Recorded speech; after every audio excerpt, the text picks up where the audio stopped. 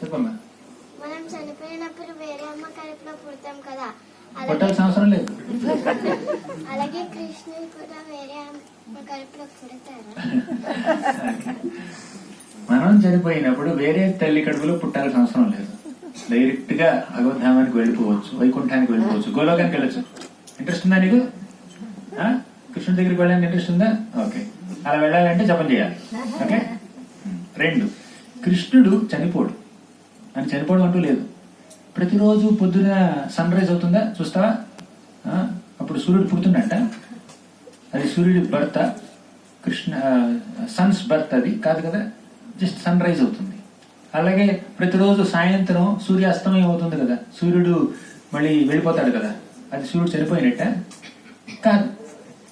ఎలా అయితే sun rise, sunset, sun యొక్క బర్త్ డెత్ కాదు, అలాగే కృష్ణుడి యొక్క పుట్టుక, ఆయన యొక్క అవతార విరమణ అది చావు పుట్టుక కాదు.